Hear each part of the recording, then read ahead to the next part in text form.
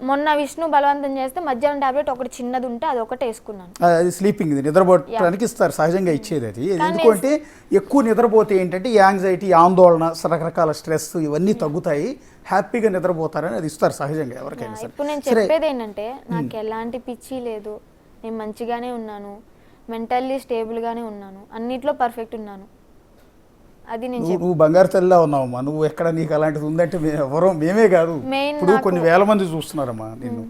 చూస్తున్న ఏ ఒక్కరు కూడా నువ్వు నీలో ఇది కూడా లేదు, చాలా మెచ్యూర్డ్గా ఉన్నావు. బట్ ఏదో ఒక విషయంలో సఫర్ అవుతున్నావు అనేది నాకు కూడా అర్థమవుతుంది, చూస్తున్న జనానికి సఫర్ అవుతున్నావు అంటే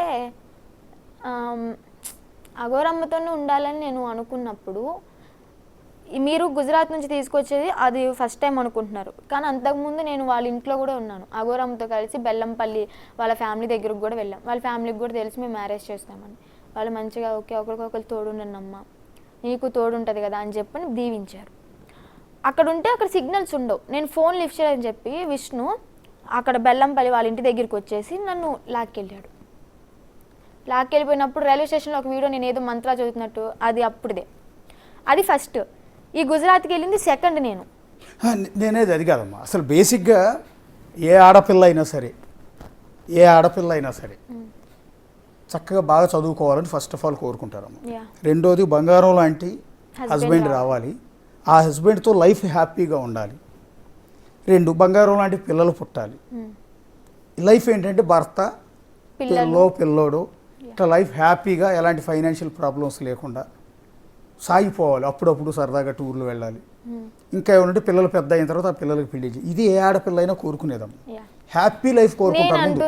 డబ్బు ఎక్కువ ఉండాలని కూడా కాదు, హ్యాపీ లైఫ్ ఉండాలి. మంచి మొగుడు రావాలి, వాడు నన్ను కష్టపెట్టకుండా, కొట్టకుండా, తిట్టకుండా, నన్ను ఏడిపించకుండా, నన్ను నవ్విస్తూ నన్ను చూసుకునేవాడు కావాలని ఏ ఆడపిల్ల అయినా కోరుకుంటారు. కానీ అందుకు భిన్నంగా మీరు నాకు మొగాడితో పెళ్ళొద్దు, ఒక మంచివాడు, ఒక జెన్యూన్ అయిన ఈ అఘోరి అమ్మతో పెళ్లి కావాలని కోరుకున్నారు అంటే ఆ వైరాగ్యం వచ్చింది సంథింగ్.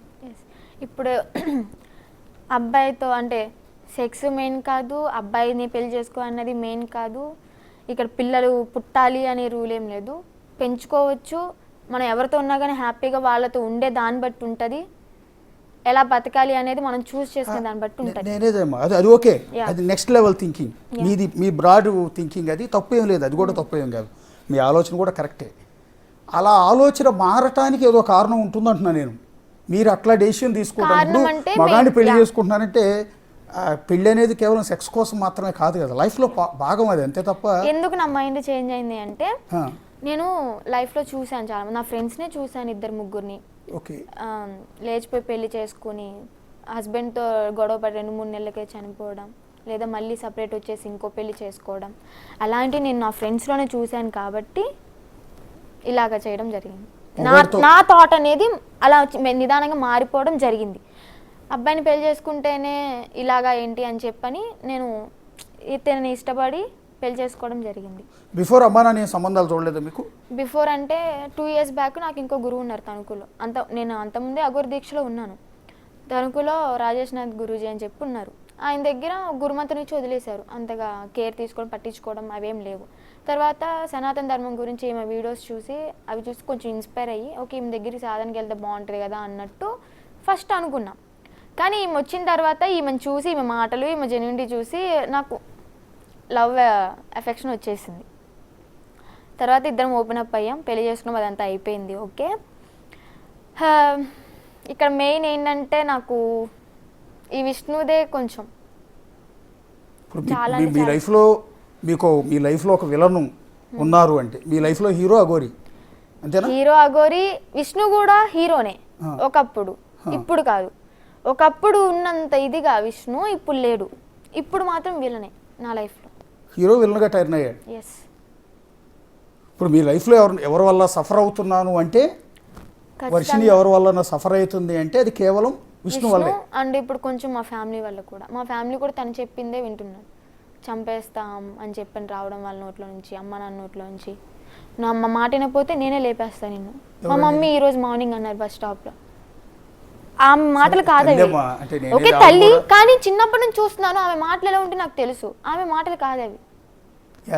క్లియర్ గా కానీ నాకు ఇది మీ అర్థమైపోయింది కదా. అమ్మకి నువ్వంటే చాలా ప్రాణం అమ్మ, ఎందుకంటే మన మాటలను బట్టి నాకు అర్థమైంది. అను, రోజు అంటే మా పిల్లలు బిడ్డలతో అన్నాక మాట్లాడి- తల్లిదండ్రులకి ప్రాణం అందులో ఆడపిల్లలు అంటే మీ తల్లి మీ అమ్మగారిని తప్పట్టడానికి లేదమ్మా. అంటే మీరు అన్నట్టు విష్ణు మాటల ప్రభావం పడి ఉండొచ్చు. సరే ఆవిడ కారణాలు ఆవిడకు ఉండవు. మొన్న లైవ్లో చెప్పింది ఏంటంటే విష్ణు దగ్గర మా బంగారం ఉండిపోయిందండి, మా డబ్బులు ఉన్నాయండి, ఒక 2 లక్షల రూపాయలే ఉన్నాయంట మీ డబ్బులు, బంగారం ఉందండి, అవి తీసేసుకుని అతని చేతుల్లో మా అమ్మాయిని అతని బందికానాలోంచి మా అమ్మాయిని మేము కాపాడుకుంటానండి, నేను నా బిడ్డను చదివించుకుంటానండి, ముందు విష్ణు నుంచి నేను కాపాడాలండి అని చెప్పి డైరెక్ట్గా అంది ఆవిడ. ఎందుకంటే మా మమ్మీ ముందు చాలాసార్లు కొట్టాడు కాబట్టి చిన్న చిన్న విషయాలకే, చాలా సెన్సిటివ్ విషయాలు.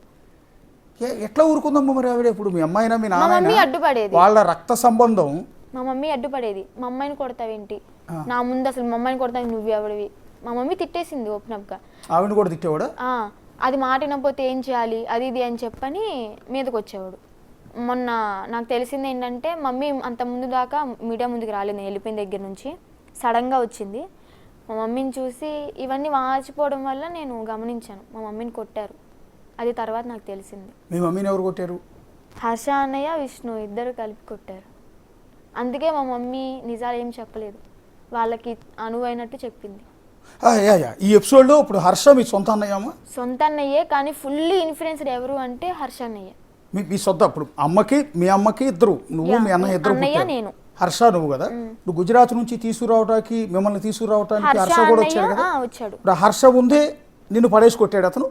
పడేసుకోవట్లేదు, తను అసలు టచ్ చేయలే నన్ను గుజరాత్ లో. హర్ష కాదమ్మా, విష్ణు. ఇక్కడ కొట్టలే, నేను ఉజ్జయిన్ హోటల్ రూమ్ లో కొట్టాడు. అదే అప్పుడు హర్ష పోలీసుల ఉన్నాడు ముందు పక్కన? కొట్టలేదు. ఉన్నాడు. తోడబుట్టిన చెల్లెలు ఎవడో బయట వ్యక్తి వచ్చి అంత దారుణంగా కాళ్ళతో తంతూ కొడుతూ ఉంటే కొట్టేటప్పుడు ఉన్నాడు. సొంత తోడబుట్టిన రక్త సంబంధి కూడా మీ అన్న ఏమల్లా? ఏమనలే. అక్కడ భవానీ అని చెప్పి ఒక అమ్మాయి వచ్చింది కదా తీసుకురావడానికి, తను ఆపింది ఏ మాటకి మాట, కొట్టకు విష్ణు అని తను ఆపింది. మా అన్నయ్య మీరు అనలేదా అన్నయ్య నువ్వు నేను నీ చెల్లెలు అన్నయ్య నువ్వు నన్ను అతను నేను కొడుతుంటే?